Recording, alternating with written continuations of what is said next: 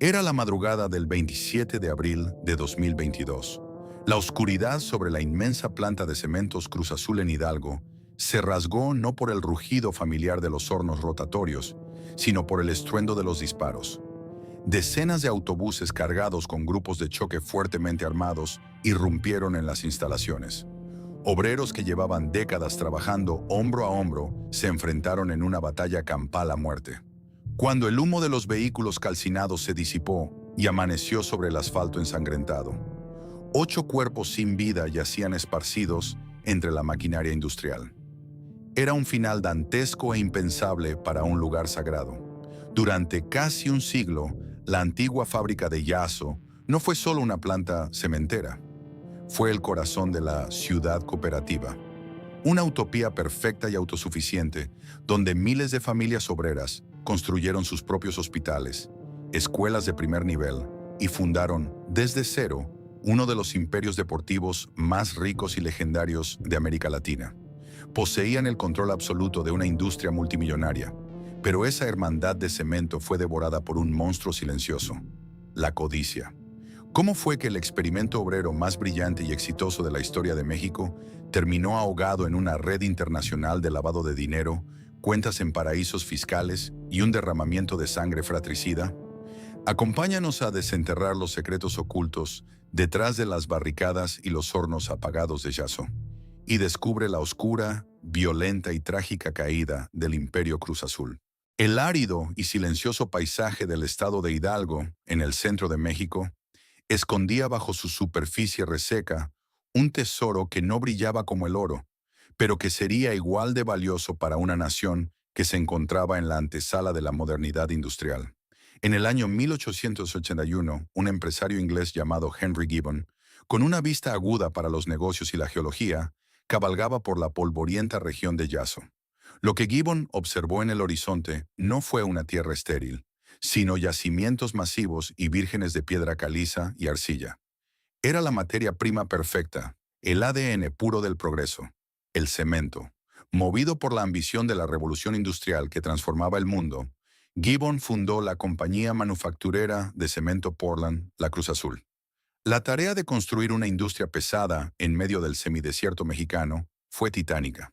Gibbon instaló maquinaria rudimentaria, importada desde Europa y transportada a lomo de mula y en ferrocarriles primitivos, para erigir los primeros hornos en un lugar donde apenas había agua y mucho menos infraestructura. Pero las máquinas no funcionan solas. Las condiciones de trabajo en esos primeros años eran un infierno terrenal. Cientos de campesinos locales, hombres curtidos por el sol inclemente de la meseta mexicana, dejaron sus arados para convertirse en los primeros obreros industriales de la región. Trabajaban jornadas extenuantes de 12 a 14 horas diarias. Extraían la dura roca de las canteras a fuerza de pico, pala y explosiones de dinamita, respirando nubes espesas de polvo blanco que se adhería a su piel, a su ropa y lenta pero implacablemente a sus pulmones. El calor de los hornos, que rugían a temperaturas extremas para calcinar la piedra, convertía el interior de las rudimentarias naves industriales en un caldero asfixiante. En esa época no existían los derechos laborales, ni los seguros médicos, ni las promesas de un futuro garantizado. Solo existía la supervivencia diaria. Sin embargo, a través del sudor y la sangre de estos hombres anónimos, la fábrica de Yaso comenzó a producir un cemento de altísima calidad, un material fuerte y resistente que pronto empezó a cimentar las carreteras, los puentes y los primeros edificios de un México que despertaba lentamente al siglo XX. Durante décadas, la Cruz Azul operó con un ritmo constante, sobreviviendo milagrosamente a los tumultuosos y sangrientos años de la Revolución Mexicana, una época donde los caudillos y los ejércitos rebeldes marchaban y combatían a escasos kilómetros de sus muros de contención. Pero el verdadero peligro para el destino de estos obreros y su fábrica no vendría de las balas revolucionarias, sino de la implacable frialdad de los monopolios corporativos extranjeros. A finales de la década de 1920 y principios de 1930, el mundo se sumió en la oscuridad de la Gran Depresión. Los mercados financieros colapsaron y la demanda global de construcción se desplomó drásticamente. En este tenso escenario de crisis económica mundial, emergió en México un gigante depredador, la Tolteca, una poderosa compañía cementera, también controlada por capital inglés, que dominaba con puño de hierro gran parte del mercado en la cuenca del centro del país. La Tolteca veía a la modesta pero sumamente eficiente fábrica de la Cruz Azul en Yaso como una espina clavada en su costado. Era un competidor directo que, aunque más pequeño en capacidad, producía un cemento excepcional que amenazaba su monopolio regional. La estrategia de los altos directivos de la Tolteca fue tan simple como despiadada. Si no puedes competir con ellos de manera justa en el mercado, cómpralos para destruirlos. En 1931, aprovechando la vulnerabilidad económica de los dueños originales, la Tolteca adquirió la totalidad de las acciones de la Cruz Azul. Los obreros de Yaso, totalmente ajenos a las frías negociaciones de traje y corbata que se llevaban a cabo en las lujosas oficinas de la Ciudad de México o en Londres, continuaron alimentando los hornos con carbón, creyendo ingenuamente que un simple cambio en el nombre del propietario no alteraría su dura realidad cotidiana. Estaban trágicamente equivocados. Los nuevos dueños no tenían la más mínima intención de mantener la fábrica de Yaso en funcionamiento.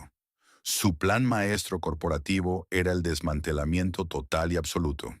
El objetivo era eliminar a la competencia, borrándola físicamente del mapa. Un día oscuro y decisivo a principios de 1931, el espeluznante silencio de los motores apagados fue el primer presagio del desastre. Los gerentes extranjeros de la Tolteca reunieron a la plantilla laboral completa en el patio principal de la planta. Allí, bajo el sol abrasador de Hidalgo, emitieron el decreto final sin ningún remordimiento. La fábrica de la Cruz Azul cerraría sus puertas para siempre a partir de ese momento. Los grandes hornos rotatorios serían apagados permanentemente. La pesada maquinaria sería desmontada, vendida como chatarra o reubicada en otras plantas de la Tolteca. Y todos los trabajadores quedaban despedidos de forma inmediata, sin un solo centavo de indemnización. La noticia cayó sobre la multitud como una sentencia de muerte. En cuestión de segundos, la vida de cientos de familias obreras fue arrojada al abismo de la miseria absoluta. En el pequeño poblado de Yaso no había otras fábricas, no había comercio, no había tierras fértiles para cultivar.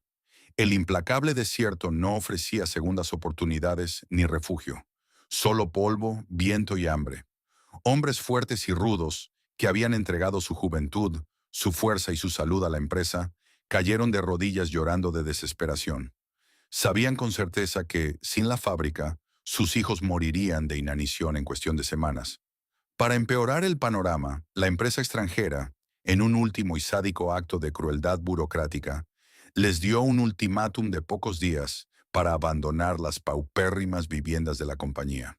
Se esperaba que los obreros, sumisos y analfabetos en su mayoría, empacaran sus escasas pertenencias y se marcharan en silencio, derrotados por el peso aplastante del capital y el poder.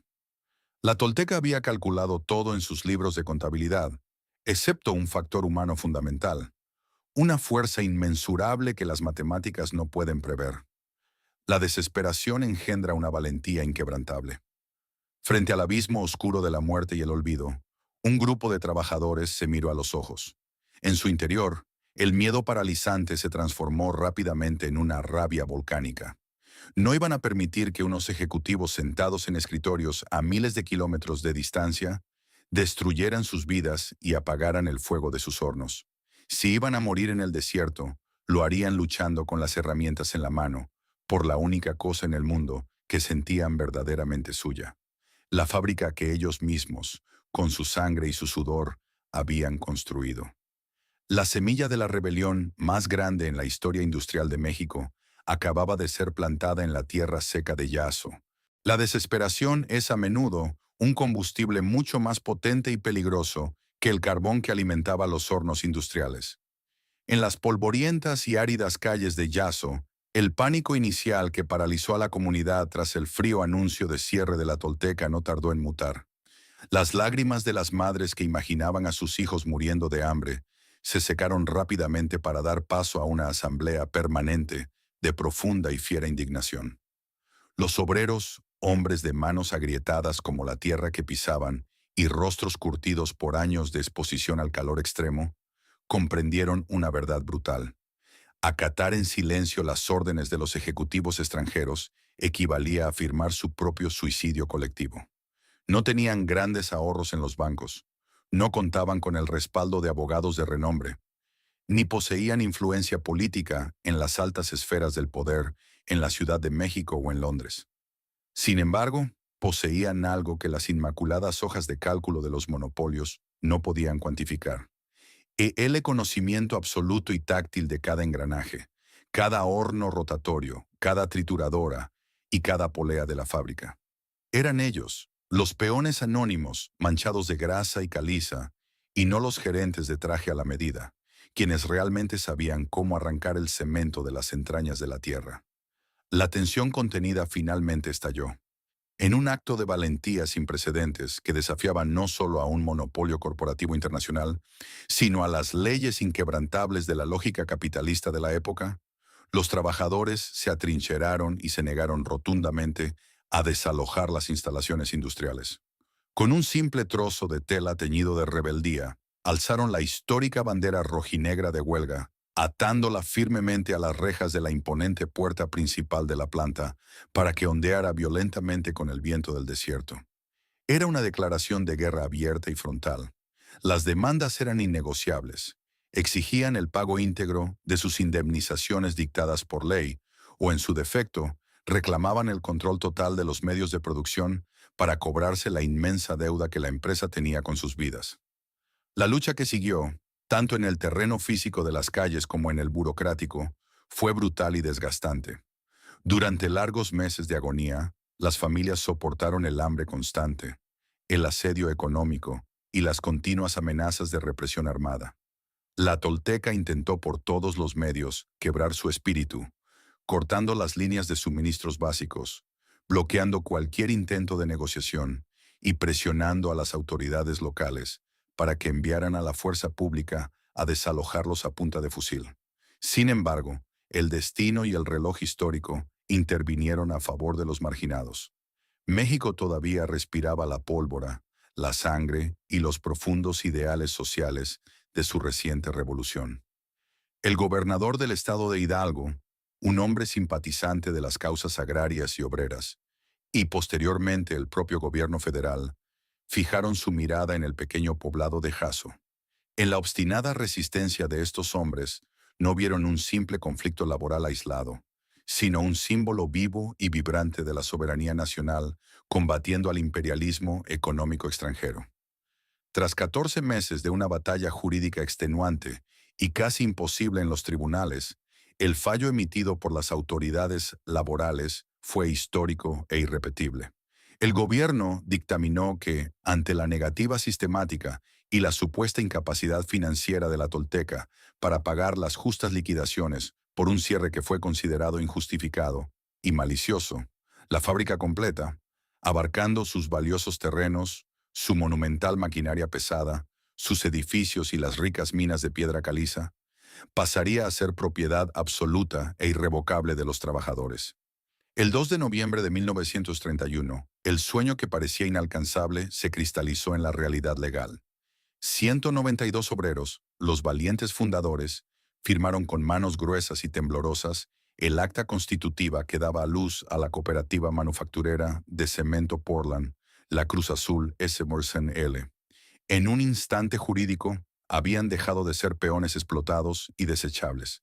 Ahora el destino de Jasso y de sus futuras generaciones estaba enteramente en sus manos.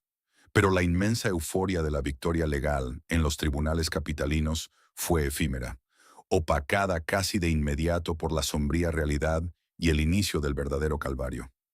Tener un documento oficial con sellos dorados del gobierno que los acreditaba como legítimos dueños no encendía automáticamente las máquinas. Cuando los 192 socios fundadores traspasaron de nuevo las puertas de su fábrica, esta vez como propietarios absolutos, se encontraron de frente con un gigante de hierro muerto, frío y silencioso. La Tolteca, en su amarga y vengativa retirada, había aplicado una ruinosa política de tierra arrasada.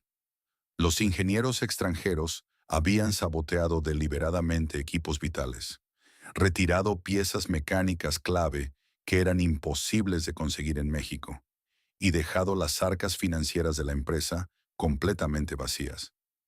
No existía un solo centavo para operar.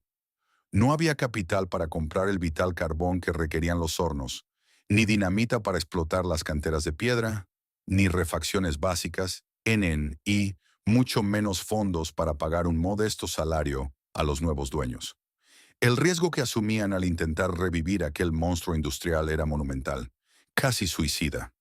Una fábrica de cemento de la época no era un simple taller. Era una bestia insaciable que devoraba cantidades masivas de energía y requería una precisión mecánica milimétrica. El proceso de calcinación es implacable. Si lograban encender los colosales hornos rotatorios, estos debían mantenerse girando a más de 1000 °C de forma ininterrumpida, día y noche. Si el fuego llegaba a apagarse repentinamente por falta de combustible o por una falla técnica abrupta, la mezcla de roca semilíquida en su interior se solidificaría en cuestión de horas, formando una enorme masa de concreto indestructible que destrozaría la maquinaria desde adentro, aniquilando a la naciente cooperativa de forma definitiva antes de que lograra vender su primer saco. El margen de error no era pequeño, era de cero absoluto. Lo que se vivió en Yaso en esos primeros años fue una epopeya cruda de supervivencia humana, ingenio desesperado y resistencia física al límite. Los 192 fundadores trabajaron de sol a sol, en turnos inhumanos, sin cobrar un solo peso, convirtiéndose en una hermandad sellada por la sangre y la necesidad extrema. Para lograr alimentar las voraces calderas sin dinero, para importar carbón, familias enteras, incluyendo niños y ancianos, salían al inclemente desierto a recolectar a mano leña, ramas secas, raíces y arbustos.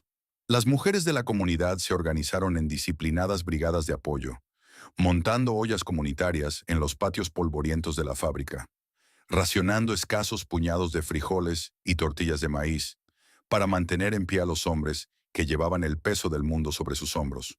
La maquinaria saboteada y rota se reparaba con un talento nacido de la pura urgencia vital.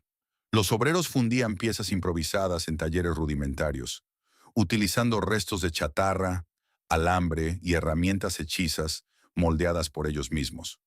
Cuando los inmensos y oxidados engranes de los molinos amenazaban con atascarse y detener la cadena de producción, los hombres arriesgaban sus vidas empujándolos literalmente con la fuerza bruta de su cuerpo y gruesas palancas de madera, a escasos centímetros de ser triturados por las mandíbulas de metal.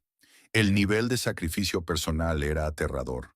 Los trabajadores dormían directamente sobre el duro suelo de concreto, cubierto de polvo tóxico, acurrucados a un lado de los ardientes cilindros de acero de los hornos para vigilar meticulosamente, con los ojos inyectados de sangre por el cansancio, que la temperatura no descendiera ni un solo grado durante las gélidas y crueles madrugadas del desierto hidalguense.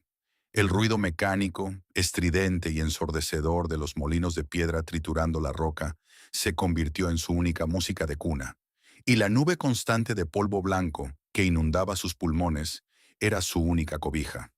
Pero a través de esta voluntad de hierro, moldeada en el fuego del sufrimiento colectivo, la bestia volvió a rugir a plena capacidad. El día histórico en que el primer saco de cemento producido, cocido y empaquetado bajo el sello independiente y soberano de la cooperativa salió de la línea de producción. Aquellos hombres duros, exhaustos y manchados de grasa se abrazaron llorando desconsoladamente. No era simplemente un bulto gris de material de construcción de 50 kilos. Era la prueba tangible, física e irrefutable de que el sudor de la clase obrera unida podía vencer a los millones del capital extranjero. Poco a poco, respaldados por una calidad de producto superior, la Cruz Azul comenzó a ganar pequeños contratos, vendiendo su cemento en los pueblos aledaños. Habían sobrevivido a la aniquilación asomados al borde del abismo, y sin siquiera imaginar las titánicas dimensiones de su futuro, acababan de colocar con sus propias manos manchadas de sangre los cimientos inquebrantables de lo que pronto mutar y en un imperio de riqueza incalculable. La transición de la supervivencia pura a la prosperidad monumental no ocurrió de la noche a la mañana, pero cuando los engranes de la Cruz Azul finalmente se sincronizaron con el milagro económico mexicano de mediados del siglo XX, el resultado fue una explosión de riqueza sin precedentes. La pequeña cooperativa que había nacido de las cenizas de la desesperación comenzó a devorar el mercado nacional. Su cemento ya no solo pavimentaba calles rurales, ahora erigía los colosales rascacielos de la capital, las presas hidroeléctricas masivas y las inmensas autopistas que conectarían a un país en pleno despertar hacia la modernidad. En el centro de esta transformación titánica surgió la figura de Guillermo Álvarez Macías. Asumiendo la dirección general en la década de 1950, Álvarez Macías no era un simple administrador de empresas. Era un líder carismático con la visión de un arquitecto utópico. Bajo su mandato inquebrantable, el polvoriento y marginado campamento de Yazo sufrió una metamorfosis radical que parecía desafiar las leyes de la geografía y la economía tradicional. El entorno hostil fue domado y rebautizado oficialmente ante el mundo como Ciudad Cooperativa Cruz Azul. Lo que Álvarez Macías construyó no fue simplemente un complejo industrial en expansión, sino un ecosistema socioeconómico perfecto que rivalizaba con los sueños más audaces del estado de bienestar, pero financiado íntegramente por el voraz motor del capitalismo industrial. Las chozas de adobe y techos de lámina que alguna vez albergaron a los valientes fundadores fueron demolidas hasta sus cimientos. En su lugar, se levantaron impecables hileras de casas modernas, amplias y equipadas con todos los servicios. Los obreros, aquellos mismos hombres que décadas atrás habían sido amenazados con el destierro y la inanición, ahora caminaban por calles limpias, pavimentadas y brillantemente iluminadas. La cooperativa garantizó un escudo de bienestar absoluto desde la cuna hasta la tumba para cada uno de sus habitantes. Se inauguraron clínicas y hospitales con tecnología médica de punta donde la atención era gratuita y de primer nivel para los socios y sus familias. Se construyeron escuelas de excelencia, desde jardines de niños hasta centros de capacitación técnica avanzada, asegurando que los hijos de los antiguos picapedreros tuvieran acceso garantizado a una educación de élite. La ciudad floreció con la apertura de supermercados subsidiados con alimentos de alta calidad, cines, amplios auditorios y centros recreativos. El impacto psicológico de este cambio en la comunidad fue colosal y definitivo. Los trabajadores de la Cruz Azul se convirtieron en una auténtica aristocracia obrera. No eran empleados asalariados que recibían órdenes de un patrón distante. Eran los dueños soberanos de un imperio corporativo. Cada socio tenía voz, voto y, sobre todo, una participación directa y jugosa en las exorbitantes ganancias anuales de la empresa. El experimento social había triunfado más allá de toda proporción lógica, demostrando que la riqueza podía ser compartida equitativamente. Sin embargo, la ambición de Álvarez Macías y el orgullo de la cooperativa no se detendrían en los límites físicos del desierto de Hidalgo. Necesitaban un símbolo visual, un estandarte heroico que proyectara su inmenso poderío y su narrativa de éxito invencible al resto del país. Y ese símbolo, irónicamente, nacería en una modesta cancha de tierra. El fútbol siempre había funcionado como la principal vía de escape para los trabajadores después de las sofocantes y extenuantes jornadas frente al fuego de los hornos. Lo que comenzó como un modesto equipo amateur, formado por albañiles, mecánicos y empacadores de cemento, cubiertos de polvo, pronto recibió el inmenso respaldo financiero de las arcas de la cooperativa. Bajo la dirección estratégica de Álvarez Macías, el Club Deportivo Cruz Azul abandonó el amateurismo, se profesionalizó de golpe y comenzó un ascenso meteórico que sacudió los cimientos del deporte más popular de México. En la década de 1960, el equipo ascendió a la primera división profesional y, en cuestión de un par de años, se transformó en un gigante invencible conocido en todo el país como la máquina cementera. Durante la década de 1970, el club dominó la liga con una superioridad aplastante y humillante para sus rivales, llenando estadios masivos y bordando campeonato tras campeonato en su escudo. El impacto mediático fue incalculable. De repente, Cruz Azul ya no era solo una marca comercial impresa en aburridos costales grises de material de construcción. Se había transmutado en un fenómeno cultural idolatrado por millones de mexicanos. Los obreros de Ciudad Cooperativa, sentados en las gradas VIP, veían a sus jugadores levantar trofeos nacionales, sintiendo con un orgullo profundo y visceral que esa gloria deportiva era una extensión directa de su propio sudor frente a las máquinas. Era la cúspide perfecta, el momento cumbre, el apogeo irreal donde el triunfo industrial, el bienestar social absoluto y la gloria deportiva se fusionaron en una sola entidad que parecía invulnerable al paso del tiempo. La Cruz Azul era un titán intocable, un modelo admirado internacionalmente y la prueba viviente de que la utopía colectiva podía existir y prosperar en el implacable mundo moderno. Pero la perfección es un estado peligrosamente insostenible cuando depende de la naturaleza humana. El majestuoso imperio de cristal que habían construido se sostenía sobre un delicado equilibrio moral y la figura incuestionablemente paternal de su líder histórico. Ese pilar central se hizo añicos de la forma más brutal, silenciosa e inesperada. El 18 de diciembre de 1976, mientras acompañaba al entonces presidente de la República de México en una gira oficial de trabajo, Guillermo Álvarez Macías sufrió un infarto fulminante. Su corazón, que había impulsado el latido de toda una ciudad, se detuvo para siempre. La noticia de su muerte repentina sacudió a Ciudad Cooperativa como un sismo de magnitud catastrófica. Las banderas rojinegras que alguna vez ondearon desafiantes en señal de rebelión obrera, ahora bajaron a media asta en un silencio sepulcral, en señal de luto profundo. Miles de trabajadores lloraron desconsoladamente en las calles pavimentadas la pérdida del hombre que los había guiado con mano firme hacia la tierra prometida. Sin embargo, detrás de las lágrimas genuinas, las coronas de flores y los imponentes funerales, un abismo oscuro y silencioso se abrió repentinamente en los pasillos de caoba de las oficinas centrales de la cooperativa. La desaparición física de Álvarez Macías dejó un vacío de poder gigantesco y altamente tóxico. El ecosistema perfecto se había quedado, de la noche a la mañana, sin su brújula moral. En las sombras de las salas de juntas, rodeados de miles de millones de pesos en ganancias anuales, y con el control absoluto de un imperio nacional a su entera disposición, un nuevo grupo de hombres comenzó a observar el trono vacío con ojos afilados. Entre ellos se encontraba alguien que llevaba la misma sangre, pero no los mismos ideales. El propio hijo del líder fallecido, Guillermo Billy Álvarez Cuevas. La edad dorada de la inocencia había terminado abruptamente, y la semilla de la codicia desmedida, que pronto devoraría a la cooperativa desde sus propias entrañas, acababa de encontrar la tierra más fértil para germinar. El poder, cuando carece de contrapesos éticos y se ejerce en las sombras, actúa como un veneno silencioso y corrosivo que pudre incluso las instituciones más nobles desde sus cimientos. La súbita muerte de Guillermo Álvarez Macías en 1976 no solo había dejado a la cooperativa huérfana de su visionario creador, sino que abrió una caja de Pandora de ambiciones reprimidas.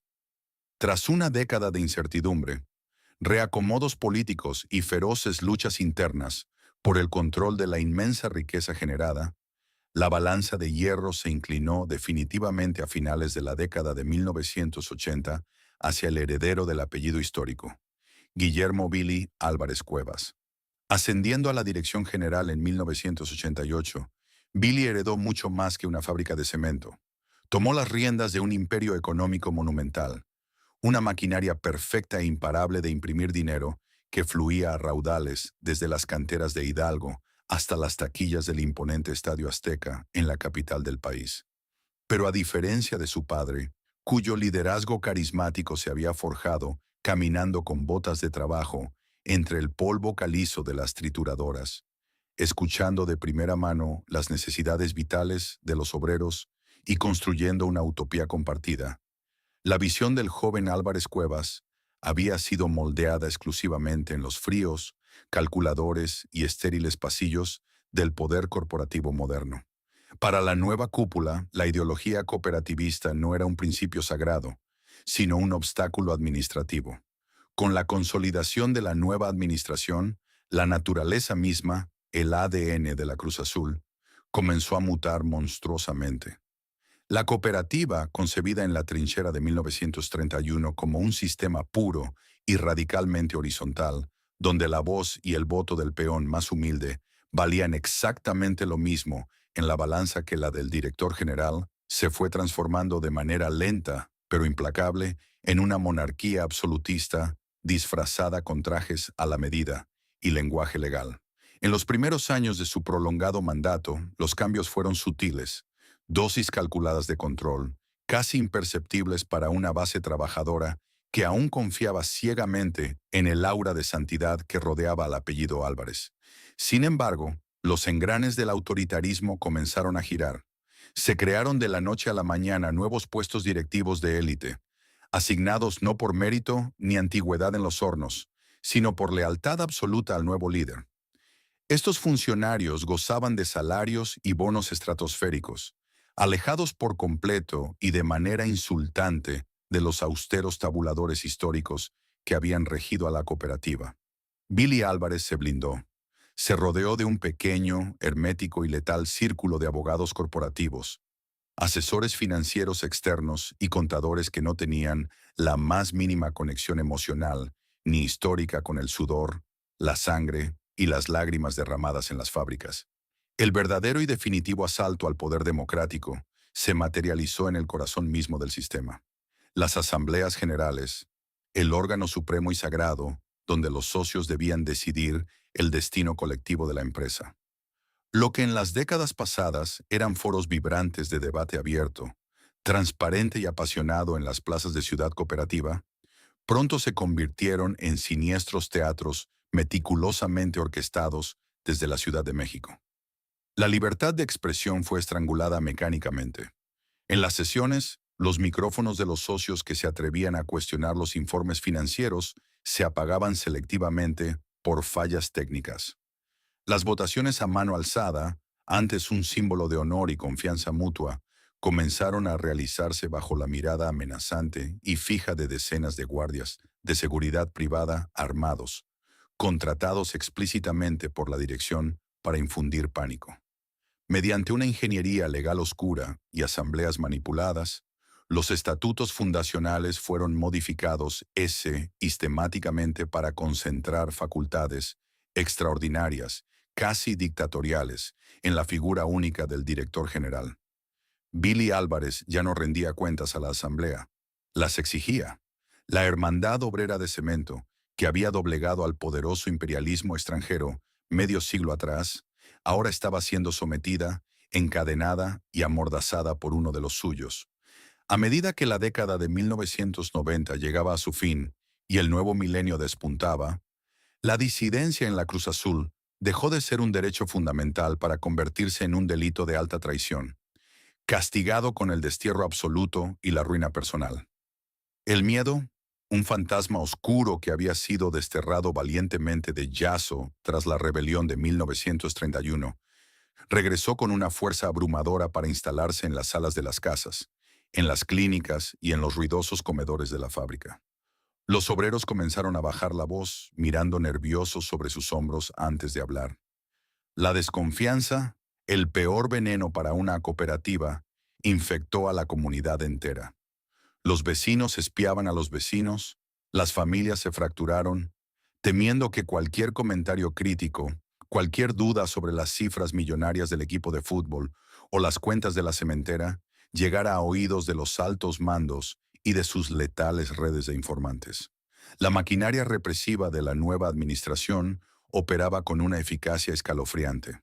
Cuando un pequeño pero valiente grupo de socios, profundamente alarmados por la creciente opacidad financiera, los lujos desmedidos de la directiva y el rumbo dictatorial de su amada empresa, intentó organizarse para exigir por la vía legal auditorías externas e independientes. La respuesta de Billy Álvarez fue fulminante, implacable y brutalmente legalista. Utilizando el inmenso y aplastante poder económico de las arcas de la cooperativa, dinero generado por el sudor de esos mismos trabajadores. La dirección fabricó expedientes negros.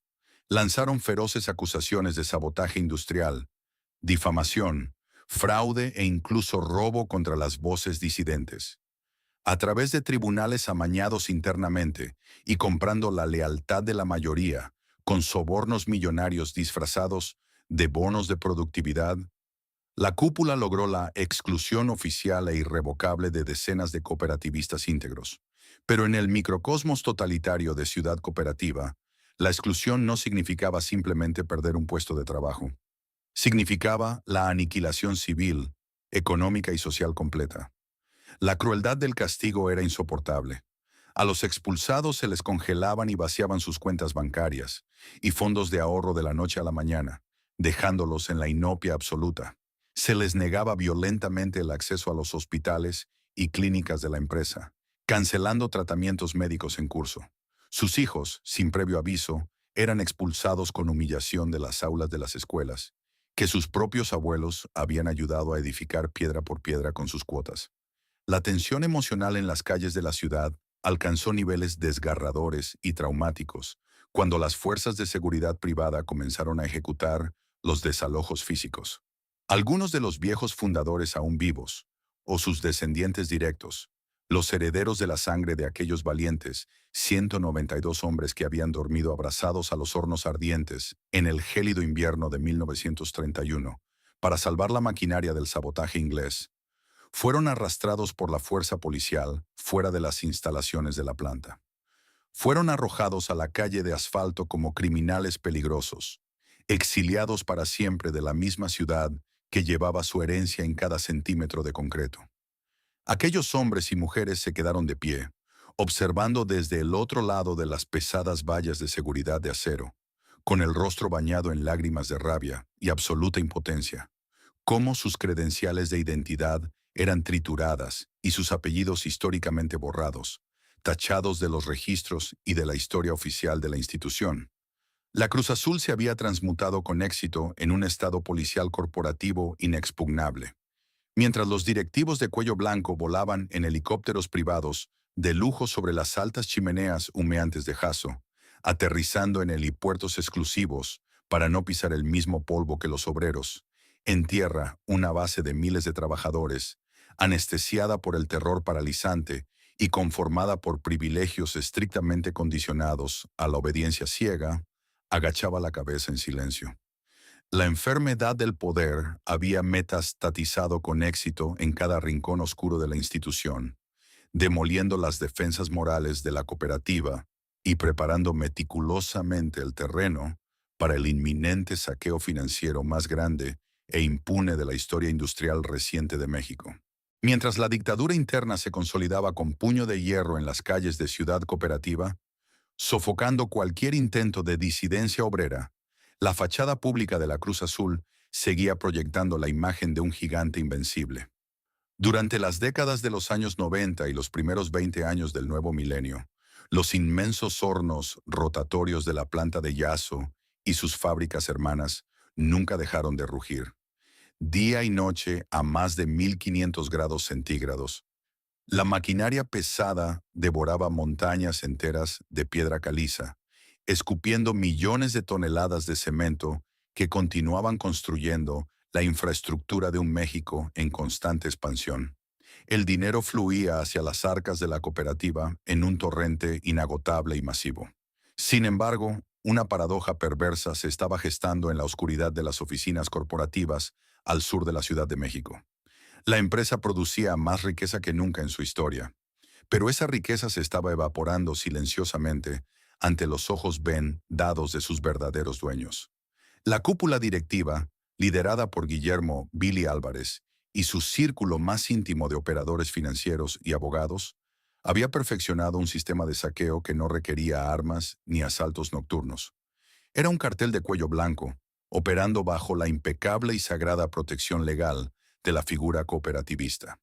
El vehículo perfecto para distraer a las masas y encubrir el desfalco masivo fue, irónicamente, el mayor orgullo de la institución, el equipo de fútbol profesional. El Club Deportivo Cruz Azul se convirtió en una pantalla de humo monumental, un agujero negro financiero disfrazado de pasión deportiva. Durante más de 2 décadas, el equipo sufrió una sequía de campeonatos de liga que se volvió legendaria, perdiendo finales de manera tan trágica y repetitiva que en la cultura popular mexicana se acuñó un nuevo verbo: cruzazulear, sinónimo de fracasar de forma inexplicable en el último momento. Los aficionados y los obreros lloraban de frustración en las gradas, exigiendo explicaciones deportivas, completamente ciegos a la realidad financiera que se ocultaba detrás de las derrotas. Para la directiva, ganar o perder en la cancha era irrelevante. El verdadero negocio estaba en las transacciones opacas. Cada temporada la cúpula aprobaba presupuestos exorbitantes para la supuesta compra de jugadores extranjeros a precios inflados de manera astronómica. Se pagaban comisiones millonarias a promotores fantasma y se firmaban contratos de publicidad con empresas de dudosa procedencia. Los millones de dólares que los trabajadores de la fábrica generaban sudando frente a los molinos de clinker, respirando polvo de cemento en turnos de 12 horas, eran transferidos rutinariamente a las cuentas del equipo de fútbol, donde desaparecían sin dejar rastro en un laberinto de intermediarios corruptos. La cooperativa, que había nacido de los ideales de igualdad y justicia social, estaba siendo canibalizada y ordeñada como una vaca lechera por una élite mafiosa que despreciaba el trabajo manual. La ingeniería financiera del cartel no se detuvo en la cancha de fútbol. Con el paso de los años y la acumulación desmedida de poder, la impunidad engendró un descaro absoluto. Los operadores financieros de Billy Álvarez, arquitectos de esta maquinaria de extracción, comenzaron a tejer una sofisticada y monstruosa red internacional de lavado de dinero que habría hecho palidecer a los sindicatos del crimen tradicional. El mecanismo era tan silencioso como letal. Utilizando el inmenso flujo de caja diario generado por la venta de cemento a nivel nacional, la cúpula comenzó a autorizar pagos multimillonarios por servicios de consultoría, asesorías legales preventivas y relaciones públicas a decenas de empresas externas. El fraude radicaba en que estas empresas eran, en realidad, entidades fantasma. Eran sociedades mercantiles creadas apenas unos meses antes, con direcciones fiscales que correspondían a lotes baldíos, casas abandonadas o pequeños locales vacíos en barrios marginales. No tenían empleados, no tenían infraestructura y no prestaban ningún servicio real a la cementera. Su único propósito era emitir facturas falsas para justificar la salida de cientos de millones de pesos de la tesorería de la Cruz Azul. Una vez que el dinero de los obreros cruzaba la frontera de la cooperativa hacia estas empresas fantasma, comenzaba un frenético viaje de triangulación financiera para borrar su rastro. Los fondos eran transferidos electrónicamente a través de múltiples cuentas bancarias en cuestión de horas, saltando de una empresa de papel a otra hasta cruzar las fronteras internacionales. El destino final de la sangre financiera de Yasso eran cuentas cifradas en paraísos fiscales en las Islas Caimán, Suiza y Andorra, o fideicomisos oscuros utilizados para adquirir mansiones de lujo, yates y propiedades inmobiliarias exclusivas en Estados Unidos y Europa, a nombre de prestanombres de la familia Álvarez y sus leales lugartenientes. Pero ningún crimen de tal magnitud puede permanecer oculto para siempre, por más gruesos que sean los muros de concreto que lo protegen. A mediados de la década de 2010, el sistema comenzó a crujir bajo el peso de su propia avaricia. Un pequeño pero irreductible grupo de socios disidentes, veteranos que habían sobrevivido a las purgas y operaban en la clandestinidad dentro de la propia empresa, comenzaron a recopilar pruebas en secreto. Arriesgando su libertad y sus vidas, fotocopiaron facturas sospechosas a altas horas de la madrugada, extrajeron discos duros con contabilidad doble y documentaron las transferencias fantasma. Estas cajas llenas de documentos incriminatorios comenzaron a filtrarse gota a gota a periodistas de investigación y eventualmente llegaron a los escritorios de la Unidad de Inteligencia Financiera, UIF, del gobierno federal mexicano. Los investigadores gubernamentales, armados con algoritmos de rastreo financiero y cooperación internacional, comenzaron a desenredar la compleja telaraña de empresas fantasma. Cuando contrastaron los colosales ingresos por la venta de cemento con las facturas apócrifas y las transferencias internacionales injustificadas, La magnitud del desfalco los dejó sin aliento. Se estimaba que cientos, quizás miles de millones de pesos habían sido saqueados sistemáticamente durante décadas. La presión se acumuló rápidamente en una olla de presión que estaba a punto de estallar. Los periodistas empezaron a publicar los primeros reportajes explosivos. Las autoridades federales congelaron sigilosamente las primeras cuentas bancarias relacionadas con el esquema.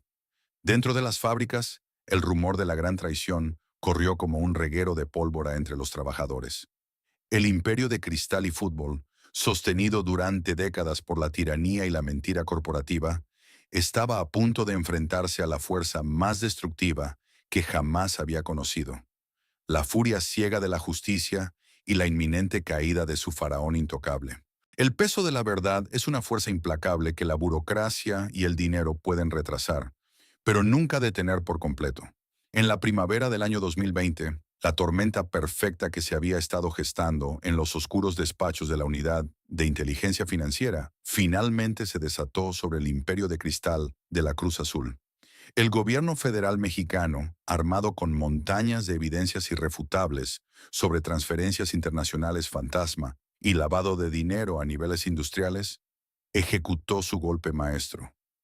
Las autoridades ordenaron el congelamiento masivo y simultáneo de las cuentas bancarias personales de Guillermo Billy Álvarez Cuevas, su hermano José Alfredo y su cuñado y principal operador financiero, Víctor Garcés. La asfixia financiera fue solo el primer aviso. Semanas después, a finales de julio de 2020, un juez federal en el penal de máxima seguridad del Altiplano emitió la orden que sacudiría a la nación entera. Una orden de aprehensión directa contra el director general de la Cruz Azul. Los cargos formales eran devastadores y no dejaban lugar a interpretaciones laborales. Delincuencia organizada y operaciones con recursos de procedencia ilícita. La justicia mexicana había dejado de tratar el caso como un simple conflicto interno de una empresa privada. Ahora perseguían a la cúpula directiva bajo las mismas leyes draconianas reservadas para los líderes de los cárteles del narcotráfico más sanguinarios del país. Se esperaba que el líder histórico, el hombre que durante más de 3 décadas había exigido lealtad ciega y absoluta a sus decenas de miles de trabajadores, diera la cara. Que utilizara su batallón de abogados de élite para defender el honor de su apellido y la integridad de la institución que supuestamente amaba. Pero cuando los agentes de la Fiscalía General de la República se presentaron con la orden de arresto en sus lujosas residencias y en las impenetrables oficinas corporativas al sur de la capital, solo encontraron silencio, papeles triturados y escritorios vacíos. El faraón de la Cruz Azul, el monarca intocable que había desterrado sin piedad a los fundadores y oprimido a los obreros durante años, optó por la salida más cobarde posible. En el amparo de la oscuridad, Billy Álvarez huyó. Se desvaneció sin dejar rastro, abandonando a su suerte la monumental maquinaria que lo había hecho inmensamente rico. De un día para otro, el respetado empresario y presidente de un equipo de fútbol de primera división se convirtió en uno de los prófugos de la justicia más buscados de México, con una ficha roja de la Interpol emitiendo una alerta de captura en más de 190 países. La noticia de la fuga detonó como una bomba atómica en las calles de Ciudad Cooperativa. En los comedores de la fábrica de Yaso, los trabajadores con los rostros cubiertos de polvo blanco miraban las pantallas de los televisores en un estado de shock catatónico. Los noticieros nacionales, que durante años habían transmitido los partidos de fútbol y celebrado los supuestos logros de la empresa, ahora mostraban la fotografía de su director general junto a la palabra "se busca". El golpe psicológico fue demoledor. La narrativa de la gran familia cementera, el mito de la protección paternalista, se desmoronó en un instante, revelando el rostro crudo y grotesco de un saqueo sistemático. Se habían quedado solos, huérfanos de liderazgo y con una institución manchada irremediablemente por el estigma del crimen organizado. Pero en el despiadado mundo del poder, un trono bañado en oro nunca permanece vacío por mucho tiempo. La abrupta desaparición de Billy Álvarez no trajo la liberación democrática ni la paz que los disidentes habían soñado. Por el contrario, generó un vacío de poder absoluto, vertiginoso y altamente tóxico. La estructura piramidal que había mantenido unida a la cooperativa, mediante el terror y la obediencia ciega, se colapsó sobre sí misma, dejando a una base de miles de trabajadores a la deriva, en un mar de incertidumbre legal y financiera. Casi de inmediato, la cooperativa se fracturó violentamente en dos bandos irreconciliables, que comenzaron a disputarse el control total del imperio y sus multimillonarios ingresos diarios. Por un lado se erigió el grupo conocido como la disidencia, encabezado por los presidentes de los consejos de administración y vigilancia, quienes habían sido los arquitectos de las denuncias legales contra Álvarez. Apoyados por resoluciones judiciales, reclamaron la legitimidad legal para tomar las riendas, limpiar la empresa de corrupción y restaurar los principios cooperativistas. Por el otro lado, atrincherados profundamente en el aparato operativo, surgió la resistencia. Este grupo estaba conformado por los leales remanentes de la antigua cúpula de Billy Álvarez, gerentes de planta, directores operativos y operadores políticos que, aunque sin su líder supremo, se negaban rotundamente a perder sus estratosféricos privilegios y el control de la chequera. La resistencia argumentaba que los disidentes eran usurpadores golpistas que buscaban vender la cooperativa a intereses privados y destruir el legado obrero. La guerra dejó rápidamente los juzgados para trasladarse al terreno físico. El verdadero poder en la Cruz Azul ya no radicaba en quién poseía un acta notarial en la Ciudad de México, sino en quién controlaba físicamente las llaves de los inmensos hornos rotatorios. Quien controlara las fábricas, controlaba la producción de cemento, y quien producía cemento, controlaba el flujo de dinero en efectivo. La planta histórica de Yaso, el sagrado recinto donde los 192 fundadores habían derramado su sangre para salvar la maquinaria en 1931, se convirtió en el epicentro táctico de esta guerra civil corporativa. El bando de la Resistencia tomó el control absoluto de las instalaciones en Hidalgo. Cerraron los portones de hierro, reforzaron los muros perimetrales e instalaron barricadas de cemento, convirtiendo la fábrica en una fortaleza sitiada. La tensión alcanzó niveles de paranoia bélica. Ambos grupos, financiados por el inmenso flujo de capital que aún generaba la venta de cemento, comenzaron a contratar batallones de seguridad privada. Ya no eran simples guardias para vigilar las puertas. Eran auténticos grupos de choque, mercenarios fuertemente armados traídos de los barrios marginales y del Estado de México, sin ninguna conexión emocional o histórica con la cooperativa. Los obreros reales, atrapados en el fuego cruzado, fueron obligados bajo amenazas de despido y agresiones físicas a jurar lealtad a un bando u otro para poder seguir alimentando a sus familias. El aire en Ciudad Cooperativa ya no olía a progreso, sino a miedo, a desconfianza y a pólvora. El escenario estaba siniestramente preparado.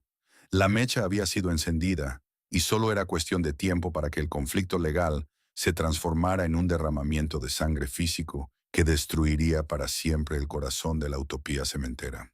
El aire en Ciudad Cooperativa, que durante casi un siglo había estado impregnado con el denso y productivo olor a piedra caliza calcinada, ahora apestaba a pólvora, miedo y traición. El conflicto legal por el control de la Cruz Azul había llegado a un punto de no retorno. La diplomacia corporativa había muerto y las resoluciones de los tribunales en la Ciudad de México eran simples pedazos de papel sin valor frente a la imponente barricada de concreto que protegía la entrada de la planta en Hidalgo. Las tensiones acumuladas durante meses de asedio estaban a punto de alcanzar su masa crítica. El calendario marcaba la madrugada del miércoles 27 de abril de 2022. Las manecillas del reloj se acercaban a las 4:10 am, sumiendo al complejo industrial y a sus alrededores en una oscuridad densa, solo cortada por los potentes reflectores de las torres de vigilancia de la fábrica. Dentro de las instalaciones, cientos de obreros y cooperativistas del bando de la Resistencia montaban guardia. No vestían sus tradicionales cascos y overoles para operar la maquinaria. Llevaban palos, tubos de acero y radios de comunicación. Dormitaban sobre cartones en el frío asfalto, exhaustos por el estrés crónico de una guerra fría que amenazaba con devorar su única fuente de sustento. De repente, el sepulcral silencio del desierto fue destrozado. No fue el rugido metálico de un molino arrancando, sino el zumbido profundo y amenazante de decenas de motores diésel pesados acercándose a toda velocidad por la carretera principal. Desde la oscuridad emergieron las luces largas de una caravana fantasmagórica. Eran 15 autobuses foráneos, escoltados por camionetas sin placas. No transportaban cemento ni ingenieros, transportaban un ejército de mercenarios. El grupo disidente, desesperado por ejecutar las órdenes judiciales que les otorgaban el control y frustrado por la fortaleza inexpugnable en la que se había convertido la planta de Jasso, había cruzado la línea final de la moralidad corporativa. Contrataron, a través de oscuros intermediarios, a más de 500 hombres pertenecientes a grupos de choque del Estado de México, jóvenes de barrios marginales, pandilleros y golpeadores profesionales a sueldo, a quienes se les había prometido una paga en efectivo de 500 pesos y el permiso absoluto para saquear si lograban tomar las instalaciones. Estaban fuertemente armados con machetes, bates de béisbol, varillas afiladas, cohetones de gran potencia militar y ocultas entre sus ropas, armas de fuego de grueso calibre. Cuando la caravana frenó violentamente frente a la puerta número 1 de la planta, el infierno se desató en cuestión de segundos. Los mercenarios descendieron como un enjambre furioso, lanzando una lluvia de piedras y explosivos improvisados contra las casetas de vigilancia. Los gruesos cristales blindados se hicieron añicos. El sonido seco y ensordecedor de las detonaciones sacudió los cimientos de las casas vecinas, despertando de golpe a toda ciudad cooperativa con el terror de un bombardeo. Dentro de la fábrica, las alarmas de emergencia, que históricamente se utilizaban para advertir sobre fugas de gas o accidentes industriales, comenzaron a aullar con un tono agudo y desesperado, convocando a todos los trabajadores a la defensa. Era un llamado a las armas. Los obreros que estaban de turno, hombres de 50 y 60 años, padres de familia que llevaban toda su vida manejando grúas y empacando sacos de cemento, se encontraron repentinamente en la línea del frente de una guerra medieval. Los invasores utilizaron sopletes industriales y esmeriles para intentar cortar los pesados candados y las cadenas de las rejas principales, mientras lanzaban bombas Molotov por encima de los muros perimetrales. El fuego iluminó la noche, proyectando sombras dantescas sobre los inmensos cilindros de los hornos rotatorios, mudos testigos de la locura humana. En un acto de desesperación instintiva, los trabajadores de la planta movilizaron maquinaria pesada, tractores, montacargas y camiones de volteo, colocándolos a modo de escudos de acero gigantescos para bloquear las entradas. Pero los atacantes eran demasiados y la violencia estaba completamente fuera de control. El primer intercambio físico ocurrió cuando un grupo de mercenarios logró abrir una brecha en una de las rejas laterales. La embestida fue brutal. Cuerpos chocando contra cuerpos, el crujido del acero golpeando huesos, los gritos de ira mezclados con lamentos de dolor agudo. La planta de Jasso, el monumento más sagrado del cooperativismo mexicano, se convirtió instantáneamente en una carnicería a oscuras. A medida que el reloj avanzaba hacia las 5:00 am, la confrontación escaló hacia la tragedia total. La lluvia de piedras y cuetones fue reemplazada rápidamente por el sonido escalofriante y rítmico de los disparos de armas de fuego. Destellos mortales iluminaban intermitentemente el denso humo negro que ahora envolvía la entrada principal, proveniente de varios vehículos de los atacantes que los propios obreros habían logrado incendiar en su defensa desesperada. El pánico se apoderó de ambos bandos. La refriega dejó de ser un intento de toma de instalaciones para convertirse en una batalla por la simple supervivencia. En la confusión de la noche y el humo asfixiante, era imposible distinguir quién era quién. Trabajadores que llevaban décadas operando juntos las mismas máquinas, vecinos que habían compartido fiestas y bautizos en las calles de la ciudad, se encontraban de pronto en lados opuestos del campo de batalla, arrojándose insultos y proyectiles mortales. El tejido social perfecto que Guillermo Álvarez Macías había diseñado décadas atrás se desgarraba violentamente bajo el fuego cruzado. La sangre comenzó a derramarse sobre el mismo asfalto industrial donde, 91 años antes, Los 192 fundadores habían marchado con orgullo, sosteniendo su primera acta constitutiva. Los cuerpos de los caídos, tanto invasores mercenarios como defensores obreros, comenzaron a acumularse junto a las casetas destrozadas y los jardines pisoteados.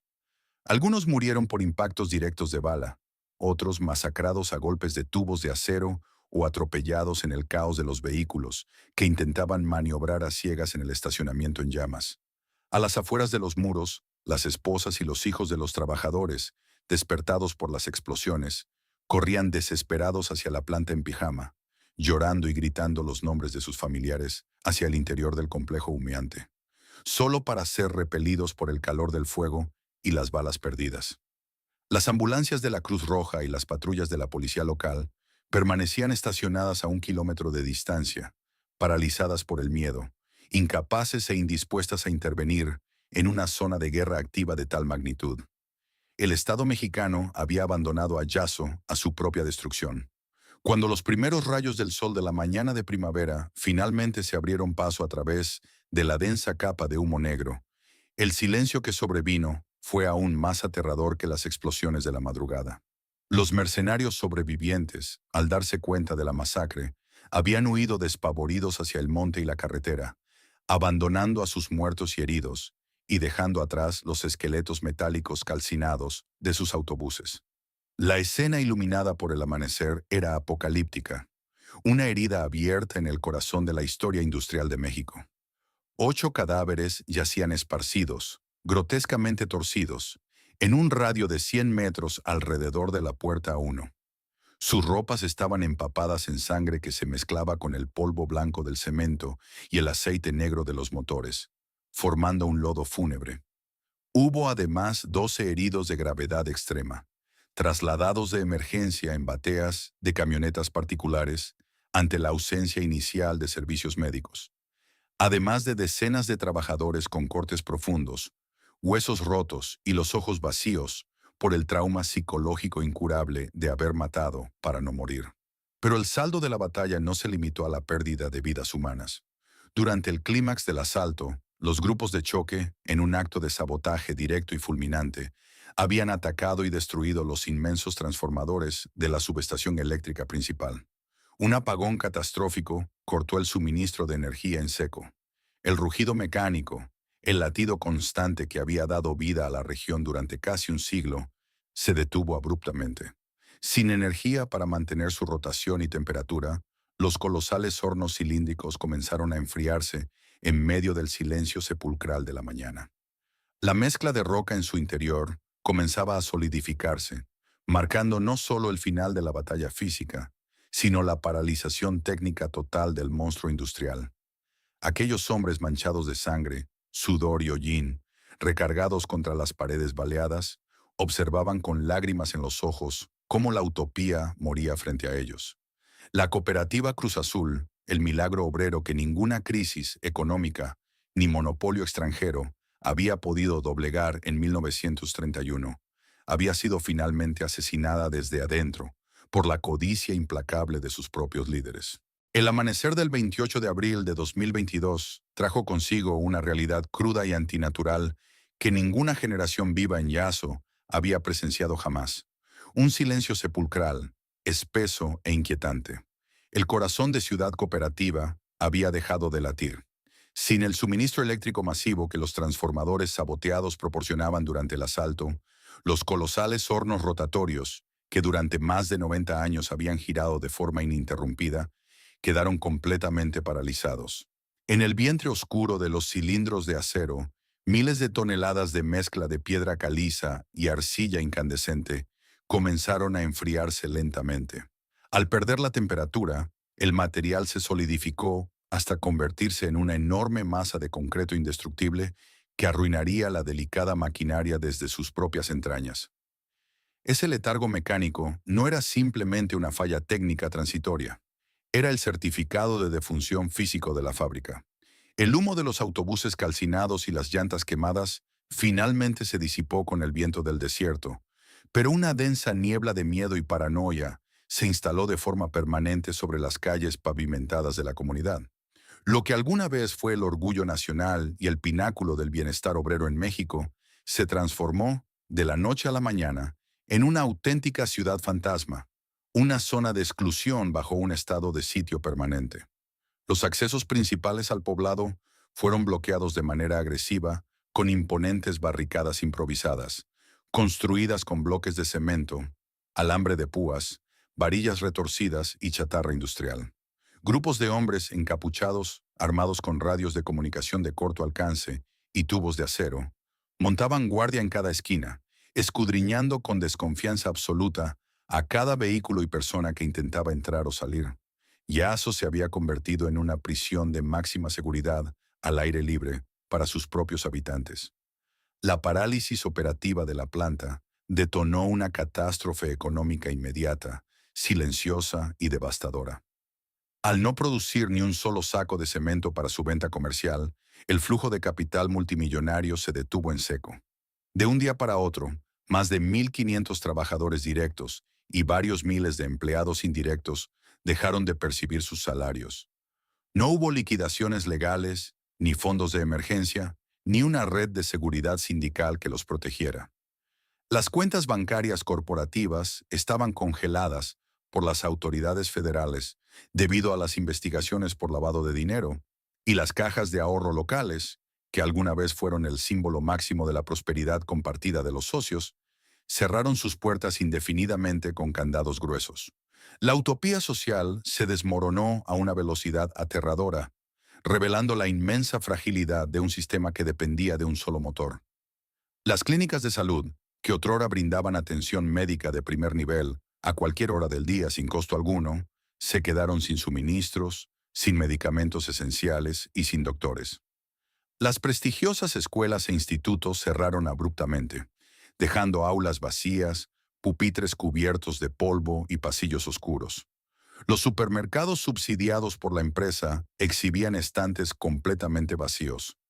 Familias enteras, que durante 3 o 4 generaciones no habían conocido a ningún otro empleador en su árbol genealógico que no fuera la Cruz Azul, se encontraron repentinamente al borde de la indigencia.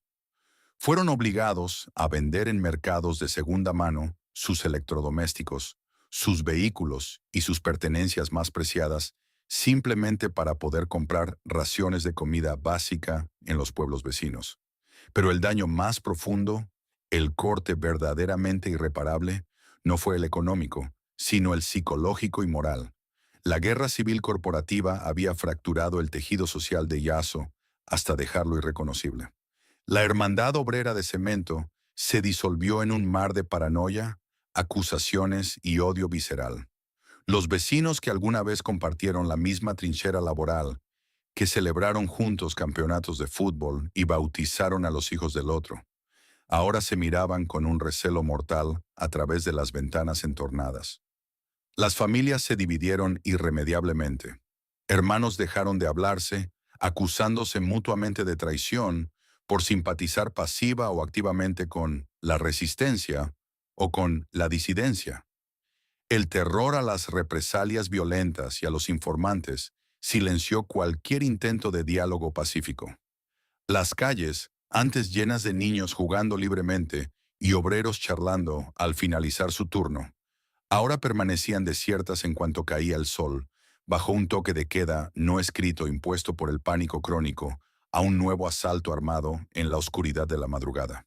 Para los veteranos sobrevivientes, los ancianos jubilados que en su lejana juventud habían presenciado la época dorada de esplendor bajo el mandato de Guillermo Álvarez Macías, el dolor emocional era asfixiante e insoportable. Caminaban lentamente por los polvorientos perímetros de la fábrica clausurada, asomándose a través de las rejas oxidadas y retorcidas por las explosiones, contemplando con ojos vidriosos los imponentes esqueletos metálicos de las tolvas y los molinos mudos. Veían las marcas frescas de impacto de bala en los muros de concreto y las oscuras manchas de sangre seca incrustadas en el asfalto. Habían dedicado toda su vida, sacrificando sus pulmones respirando caliza y entregando su fuerza física para construir un imperio inquebrantable que aseguraría el futuro próspero de sus nietos. Ahora, en el sombrío ocaso de sus vidas, eran prisioneros en la ciudad de las sombras, testigos silenciosos e impotentes de cómo el monumento monumental a su esfuerzo colectivo se oxidaba y pudría bajo el sol implacable del desierto, secuestrado indefinidamente por una mafia de burócratas y devorado desde sus cimientos por la ambición humana desmedida. El paraíso obrero había sido asesinado, y sus miles de huérfanos vagaban entre las ruinas de asfalto, sin saber cómo reconstruir sus vidas de las cenizas.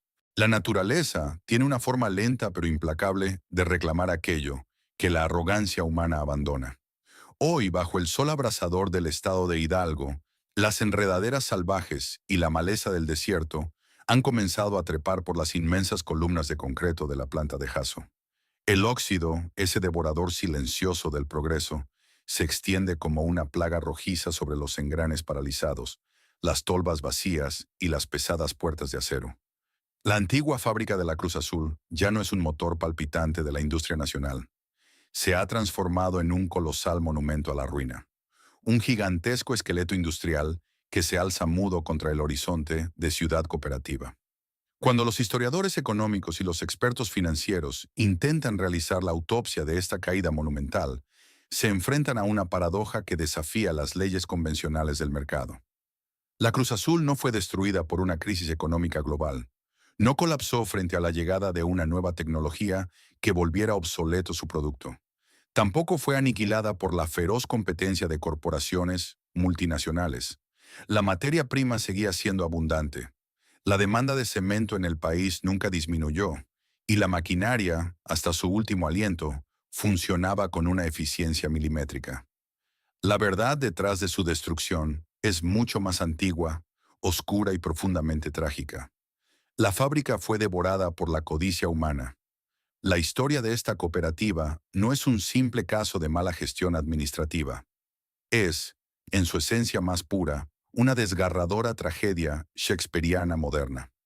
Es el relato épico de una nobleza colectiva y pura que fue traicionada y asfixiada lentamente por la ambición individual desmedida. Para comprender la magnitud de la caída, es imperativo mirar hacia atrás y observar el abismo moral que separa sus orígenes de su final.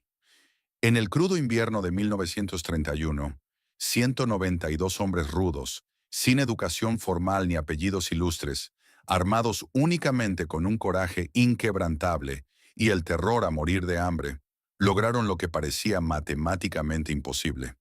Expropiaron un monstruo de hierro a un imperio extranjero, repararon engranes rotos con sus propias manos sangrantes y durmieron abrazados a la maquinaria para evitar el sabotaje. Sacrificaron su salud respirando polvo tóxico, no para enriquecerse de manera individual, sino para garantizar que sus hijos tuvieran un techo, un plato de comida y una escuela. Construyeron una verdadera utopía basada en la solidaridad absoluta. Casi un siglo después, el contraste es repugnante. Los verdugos de ese legado no fueron inversionistas extranjeros ni dictadores militares. Fueron los propios herederos de la riqueza generada por esos obreros, hombres educados en las universidades más prestigiosas y caras del mundo, que vestían trajes de diseñador hechos a la medida y despachaban desde oficinas corporativas climatizadas y blindadas en la capital del país. No necesitaron usar la fuerza bruta ni el sabotaje mecánico para destruir Yaso. Utilizaron maletines de piel, firmas legales de élite, asambleas amañadas, facturas falsas y una sofisticada red internacional de empresas fantasma y paraísos fiscales. Saquearon el tesoro colectivo con la precisión aséptica de un cirujano y la sangre fría de un cartel criminal. Y mientras la planta histórica se pudre en el silencio y miles de familias obreras sobreviven en la zozobra económica, en los estadios de Primera División de México, un equipo de fútbol que aún lleva el nombre de Cruz Azul continúa jugando. Siguen vendiendo camisetas, cobrando derechos de transmisión millonarios y levantando pasiones, operando como una franquicia comercial completamente desconectada del dolor, el luto y el origen manchado de polvo de cemento que le dio vida. Es una ironía amarga, una fachada brillante que oculta la tragedia real de los hombres que pagaron por esa gloria deportiva con el sudor de su espalda. ¿Significa todo esto que el modelo cooperativista, el sueño de una riqueza generada y compartida por los trabajadores, es un fracaso inherente? No necesariamente.